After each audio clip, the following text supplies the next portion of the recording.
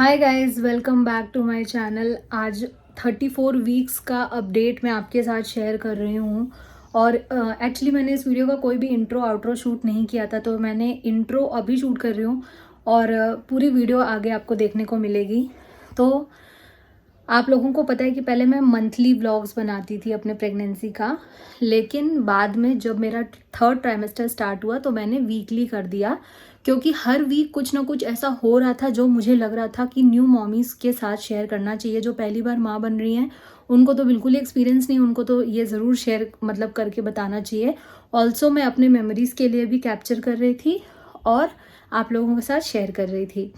तो अभी 33 वीक्स का जो मैंने लास्ट व्लॉग शेयर किया था उसमें मैंने बताया था कि थोड़ी प्रॉब्लम अब बढ़ रही है और उसी दिन बढ़ रही है जिस दिन मेरा वीक कंप्लीट हो रहा है।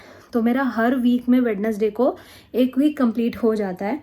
तो 33 वीक्स जो था मेरा, थोड़ा सा चेंज हुआ था मेरा body and it is completely normal. जैसे सांस ना आना, सांस लेने में थोड़ी दिक्कत आना, थोड़ी बॉडी में चेंजेस आना, तरह तरह के प्रेगनेंसी में नॉर्मल होते हैं। पर कुछ चीज़ें नॉर्मल नहीं होती है जो आपका डॉक्टर आपको बताएगा, जैसे फीटल मूवमेंट ना ध्यान दे पाना, जिसकी वजह से आपको हॉस्पिटल जाना पड़ सकता है।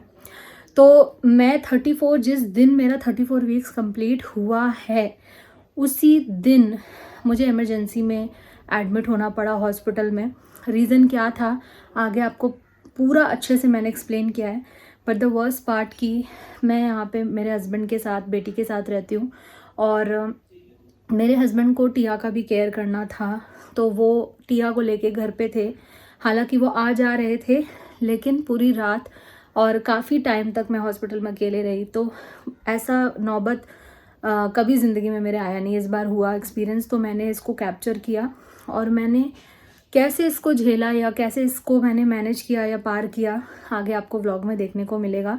तो मेरा रीज़न क्या था एडमिट होने का, सारी चीज़ें आपको आगे देखने को मिलेगी। हालांकि मैं नेक्स्ट डे ही डिस्चार्ज हो गई थी, बट स्टिल आई थॉट कि ये मुझे आपके साथ शेयर करना चाहिए। तो 34 वीक्स मेरा कंप्लीट हो चुका है और उसकी जर्नी चलिए आपके साथ आगे शेयर करते हैं। रात के 1:30 बजे मेरे हॉस्पिटल में पहुंचने का कारण क्या है, ये मैंने क्लिप शूट किया था। 1:30 बज रहे थे, हॉस्पिटल में मैं अकेली हूँ। मेरे हस्बैंड टिया को लेके घर पे हैं क्योंकि वो छोटी है और वो यहाँ पे रह नहीं पाएगी। तो डॉक्टर ने कहा था कि आप उसको घर भेज दो, तो मेरे हस्बैंड को भी उसको केयर के लिए जाना पड़ा। मैं यहाँ पे अकेली थी, लाइफ में ऐसा पहली बार हुआ। तो सेम डे शाम की बात बता रही हूँ, अराउंड 5 बजने वाला था। मैं कपड़ा धो रही थी नॉर्मल वॉशिंग मशीन में, हल्की फुल्की एक्टिविटी कर रही थी जो डेली करती हूँ। लेकिन मुझे ऐसा लगा कि जैसे मेरे प्राइवेट पार्ट के पास से थोड़ा सा वाटरी मिल्की फ्लूइड निकला और वो थोड़ा ज़्यादा मात्रा में था। तो मैंने अपने हॉस्पिटल में फ़ोन किया और उन्होंने बोला कि आप आ जाओ चेकअप के लिए। तो हम यहाँ पे फटाफट निकल पड़े बिना देरी किए। मैंने अपने मम्मी से भी पूछा और अपने मदर इन लॉ से भी पूछा, तो उन्होंने भी बोला कि चले जाओ। तो सारी रिपोर्ट्स वगैरह लेके मैं निकल पड़ी और मुझे कोई पेन वगैरह कुछ भी नहीं हो रहा था, बस मुझे प्यास बहुत ज़्यादा लग रही थी। ऐसा लग रहा था कि मैं कितना ही पानी पी ले रही हूँ फिर भी वो पानी पता नहीं कहाँ जा रहा है, मुझे कुछ समझ ही नहीं आ रहा था। तो इसी दिन मेरा 9वां महीना लगा था। और मैं एक चीज़ नोट कर रही हूँ कि जिस वीक मेरा एक वीक कंप्लीट हो रहा है उसी वीक मेरा बहुत ज़्यादा प्रॉब्लम हो जा रहा है। तो इस वीक मेरा 34 वीक्स कंप्लीट हुआ और देखो मैं कहाँ पे पहुँच गई, मतलब क्या ही हो गया।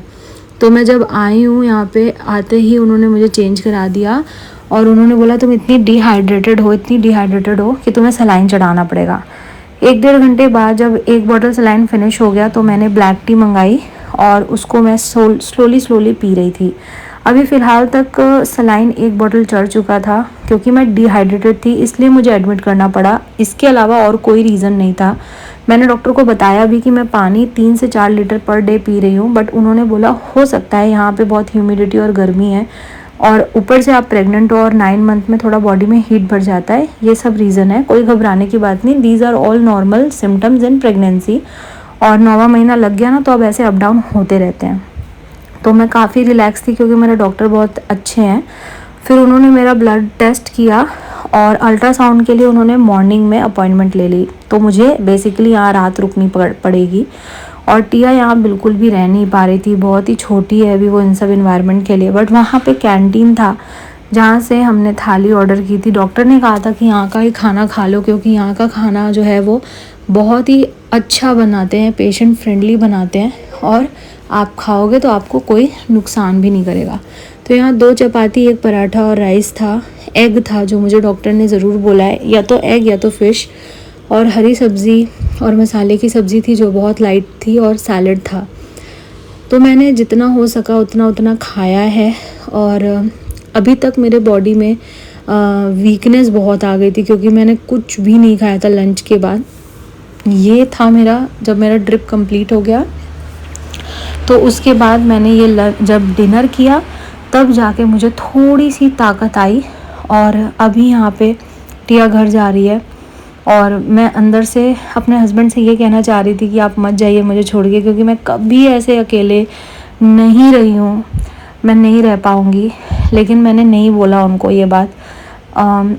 हम हम सब लाइफ में सब, बहुत लोग कहते हैं स्ट्रॉन्ग हो स्ट्रॉन्ग हो स्ट्रॉन्ग हो। हाँ, स्ट्रॉन्ग कोई अपने मर्ज़ी से बनना नहीं चाहता यार, सिचुएशन बनाता है। मतलब मैं लिटरली आपको बता नहीं सकती कि मैं कितना मेंटली मैं परेशान थी। फिज़िकली तो थी ही, पर मेंटली भी बहुत ज़्यादा परेशान थी।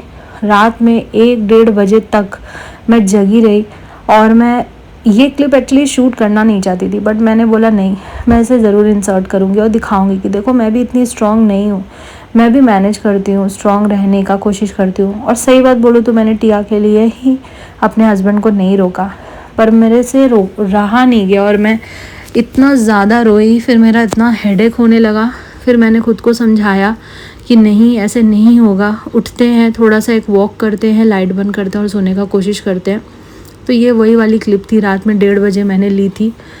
मुझे बहुत बुरा लग रहा था। सारे स्टाफ थे जो आसपास ही थे, और वो कह रहे थे कोई बात नहीं, इट्स ओके, इट्स नॉर्मल, होता है। और just the reason was dehydration, जो आपको एडमिट किया गया। अ पार्ट ऑफ दैट आप बिल्कुल हेल्दी हो, आपका बेबी बिल्कुल हेल्दी है, तो मुझे कोई ऐसा डर भी नहीं लग रहा था।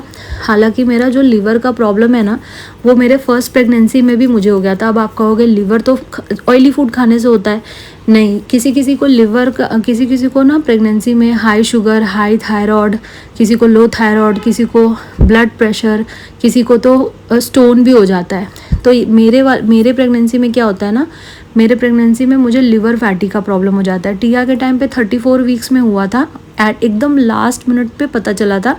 लेकिन इस प्रेगनेंसी में मेरे को 20 वीक्स पे ही हो गया था, यानी सेकेंड ट्राइमेस्टर में ही हो गया था। तो शुरू से कंट्रोल्ड ही था, लेकिन जब 34 वीक्स लगा तो फर्स्ट प्रेगनेंसी का जो रिकॉर्ड था वो वापस से रिपीट हुआ, और वापस से उतना नहीं बढ़ा, लेकिन स्लाइटली बढ़ गया। बट ये रीज़न नहीं था मेरा एडमिट होने का, डिहाइड्रेशन ही रीज़न था, जो अब मुझे काफ़ी रिलीफ लग रहा था। तो रात में मैं रो धो के कैसे सो गई थी, और सो के जब मैं 8 बजे उठी तो फिर मैंने कर्टन सारे हटाए, और फिर मुझे बहुत अच्छा लग रहा था। मुझे लगा कि मैंने सरवाइव किया इस रात को। मतलब कि मैं कभी सोच ही नहीं सकती थी कि मैं जो कभी अकेले नहीं रही, वो अकेले रह ली है, और वो भी ऐसे सिचुएशन में जब सबसे ज़्यादा किसी न किसी की ज़रूरत पड़ती है। तो फिर मैंने अपने लिए ब्रेकफास्ट ऑर्डर किया फ़ोन से, और उसके बाद मैं चली गई ब्रश करने, और मैं ये पाउच लेकर आई थी। इसमें वोलिनी, मैंने रैंडम चीज़ें जो मुझे लगता है कि मुझे रेगुलर लगेगा, मैं वही रख के चली आई थी, क्योंकि मुझे लग रहा था शायद मुझे ज़रूरत पड़ सकती है। और यहाँ मैं वेट कर रही हूँ मेरे हस्बैंड का, टिया का।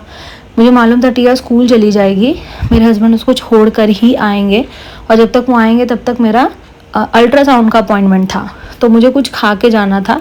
तो मैंने यहाँ पे अपने लिए नाश्ता ऑर्डर किया, और फिर अल्ट्रासाउंड की रिपोर्ट बहुत अच्छी आई, बेबी एकदम नॉर्मल था। तो डॉक्टर ने डिस्चार्ज का फ़ैसला लिया, और यहाँ पे टिया भी स्कूल से आ चुकी है तब तक। और मैं भी बहुत ज़्यादा खुश हो गई थी डिस्चार्ज का नाम सुन के, क्योंकि मुझे ड्रिप से बहुत डर लगता है। ड्रिप निकलवाना मुझे बहुत खुशी हो रही थी, और टिया को मैं बहुत मिस कर रही थी। तो यही थी मेरी उस दिन की हॉरिबल डे की बातें। आपने कि कैसे कैसे क्या प्रॉब्लम आ गई थी। मेरा मेन एडमिट होने का रीज़न था डिहाइड्रेशन। अब आप बोलोगे आप कम पानी पीते हो शायद इस वजह से, नहीं, मैं 3 से 4 लीटर पानी एक दिन में पी लेती हूँ। पर अभी डॉक्टर ने मुझे थोड़ा इलेक्ट्रॉल मिला के पीने के लिए बोला है, मैं वो भी कर रही हूँ। डॉक्टर ने मुझे जीरा पानी पीने बोला है, मैं वो भी कर रही हूँ। यहाँ पे थोड़ी गर्मी है, ह्यूमिडिटी है, इस वजह से पानी की जो तलब है वो और बढ़ गई है। इस वजह से उतने ही पानी में कैसे मेरा प्यास बुझ जाए और मेरे बॉडी में जो कमी है पानी की वो ना हो, ये टिप्स मुझे डॉक्टर ने दिया जो मैं फॉलो कर रही हूँ। तो मेरे एडमिट होने का रीज़न सिर्फ और सिर्फ डिहाइड्रेशन था, नथिंग एल्स। लेकिन जो लिवर वाला प्रॉब्लम है ये एक्चुअली किसी किसी को प्रेगनेंसी में लिवर की दिक्कत हो जाती है, किसी को कोलेस्ट्रॉल की हो जाती है, किसी को प्रेशर की हो जाती है, किसी को थायराइड हो जाता है प्रेगनेंसी में, किसी को शुगर हो जाता है। और the moment you deliver the baby, next 2-3 days में आपकी बॉडी नॉर्मल हो जाती है, क्योंकि ये बॉडी में चेंजेस होते हैं बच्चे के हार्मोन्स की वजह से। तो मेरा फर्स्ट प्रेगनेंसी में भी लिवर का प्रॉब्लम था, इसमें भी है, पर इस वजह से मैं एडमिट नहीं हुई थी। एडमिट मेरा डिहाइड्रेशन ही रीज़न था। और आई एम जस्ट प्रेइंग कि थोड़ा सा डर लगने लग गया है अब कि क्या होगा पता नहीं। नेक्स्ट 35 वीक्स कंप्लीट होगा तो उस दिन क्या हो जाएगा यार, पता नहीं। तो अब बहुत डर सा लग रहा है। अब बस चाहती हूँ कि जल्दी से कोई ना कोई घर से आ जाए, क्योंकि मैनेज करना भी बहुत टफ हो गया है। तो आप लोग अगर मुझे कोई फीडबैक या कोई टिप्स देना चाहते हो तो कमेंट में दे सकते हो।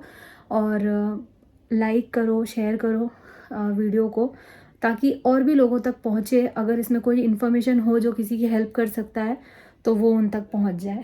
सो मेरे चैनल पे नए हो तो सब्सक्राइब करके जाना। मैं मिलूँगी नेक्स्ट वीडियो में। Till then bye bye.